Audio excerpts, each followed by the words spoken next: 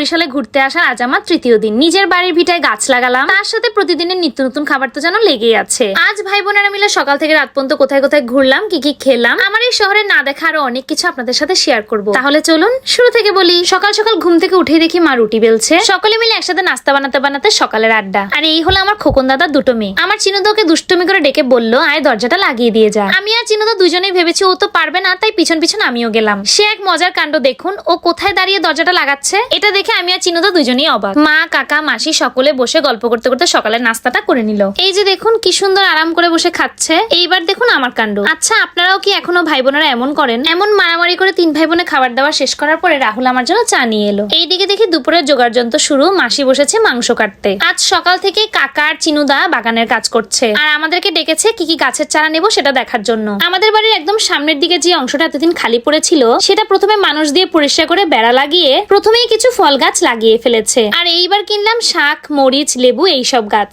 দাদা আমি বৌদি সকলে মিলে বাগানের কাজটা করছিলাম। নিজের দেশের বাড়িতে নিজের ভিটায় বসে গাছ লাগানো, সেটা পরিষ্কার করা, এইসব কাজ করার আনন্দটাই আলাদা। এই হলো আমার একমাত্র ছোট কাকা। বেড়ার ফাঁকে যেই অংশগুলোতে আরো একটু গুণা লাগবে, যারা কাজ করছে তাদের সাথে সাথে কাকাও একটু কাজ করছিল। লেবু পেয়ারা আরো অনেক গাছ লাগানো হয়েছে প্রথমেই। এইবার এই শাকলতা পাতার চারাগুলো লাগানো হবে। বিশ্বাস করুন অন্য কোথাও গাছ লাগানো আর নিজের বাড়ির ভিটায় গাছ লাগানোর মধ্যে আকাশ পাতাল ব্যবধান আছে। এই আনন্দটাই আলাদা। আর এর মধ্যে নিজস্ব একটা ব্যাপার আছে। দেশবাড়ি হলো এমন একটা জায়গা, সেখানে যে কোনো ছোটখাটো কাজ করা হলেও বাড়ির সকলে মিলে একসাথে হাতে হাত লাগায়। এই দিকের কাজ শেষ করতেই দেখি মাসির রান্নাও শেষ হয়ে গেছে। চিকেন কষা আরো কত কি, সকলে মিলে একসাথে দুপুরে খাবারটা খেয়ে নিলাম। আজ আপনাদেরকে বরিশালের দুটি বিশেষ জায়গার সাথে পরিচয় করিয়ে দেব। প্রথমটি হলো বরিশাল মহাশ্মশান, যেটি কিনা এশিয়ার মধ্যে সর্ববৃহৎ মহাশ্মশান। আমার এই ছোট্ট ভিডিওর কয়েক মিনিটে আপনাদেরকে এই বরিশাল মহাশ্মশান ঘুরিয়ে দেখানো কখনোই সম্ভব নয়। বাবা চলে যাওয়ার পর থেকে যতবারই আমরা বরিশাল এসেছি প্রত্যেকবারই বাবা এবং আমাদের পিতৃপুরুষের কাছে এই সন্ধ্যার সময় আমরা বাতি দেখাতে আসি। আর এই বছরটাতে তো আসতেই হতো। আমার জীবনের সুন্দর এই নতুন ধাপে বাবার আশীর্বাদ কিংবা অনুমতি আমার দরকার। বাবা যখন বেঁচে ছিলেন তিনি সবসময় বলতো, আমার যদি কখনো কিছু হয়ে যায় আমায় কিন্তু বরিশাল নিয়ে যাবি। সে সেটা সবসময় মন থেকে চাইতো বলেই আজ সে নিজের জন্মভূমিতে সমাধি হয়ে আছে। সেখান থেকে বের হয়ে আমরা চলে এসেছি শ্রী শ্রী রাধা শ্যাম সুন্দর মন্দিরে। যেহেতু আমরা একদম সন্ধ্যা সেই সুন্দর সময়টাতে এসেছি, সেই সময় খুব সুন্দরভাবে সন্ধ্যা আরতি হচ্ছিল। এক পাশে ফুলের মালা গাঁথা হচ্ছে আর চারপাশটা চেয়ে দেখলাম এরিয়াটা মোটামুটি অনেকটাই বড়। কিছুক্ষণ দাঁড়াতেই ভগবানের দর্শন পেলাম। এক পাশে বলরাম সুভদ্রা এবং জগন্নাথ, আর এক পাশে রাধাকৃষ্ণের বিগ্রহ। ওইদিকে চলছে ভগবানের সন্ধ্যা আরতি, তার সাথে ভগবানের নাম কীর্তন।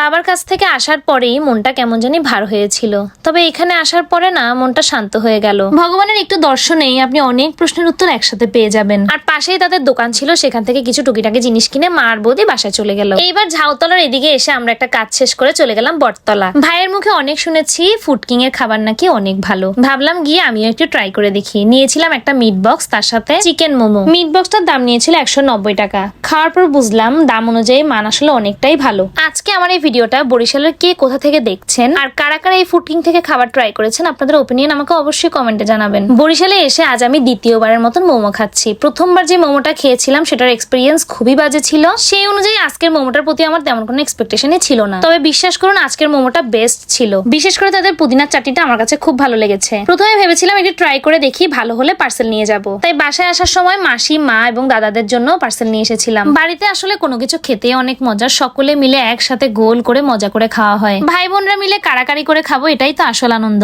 সারাদিন এত খাওয়া দাওয়া হয়েছে, ভেবেছিলাম রাতে আজকে ডিনারই করা হবে না হয়তো, বাট যখন ভাত খেতে বসেছি তখন অলমোস্ট রাত 2টা থেকে 2:30। সারাদিনের খাবার ততক্ষণে হজম হয়ে গেছে। সবার মোটামুটি খাওয়া শেষ, আমরাই বাকি ছিলাম। এই হলো আমার চিনুদা এবং চিনুদার বউ। প্রতিদিন রাতে যখন ও খেতে বসে এইভাবে করে বৌদিকে একবার খাইয়ে দেয়। সারাদিন এত কথা বলার পর আমাদের কথা যেন ফুরায় না। তবে এখান থেকে যখন চট্টগ্রাম আবার ফিরে যাব এই সময়গুলো অনেক বেশি মিস করব। খাওয়া দাওয়া শেষে কোনো ঘুম নেই, আমরা সোজা বসে পড়েছি লুডো খেলতে। ওইদিকে খেলা, অন্যদিকে আরেক কদম মারামারি। খেলা শেষে কে ফার্স্ট হবে সেই নিয়ে টানটান উত্তেজনা। এভাবেই সকলের সাথে আরো একটি সুন্দর দিনের সমাপ্তি ঘটালাম। বরিশাল নিয়ে আপনাদের সাথে আরো অনেক কিছু শেয়ার করার বাকি আছে।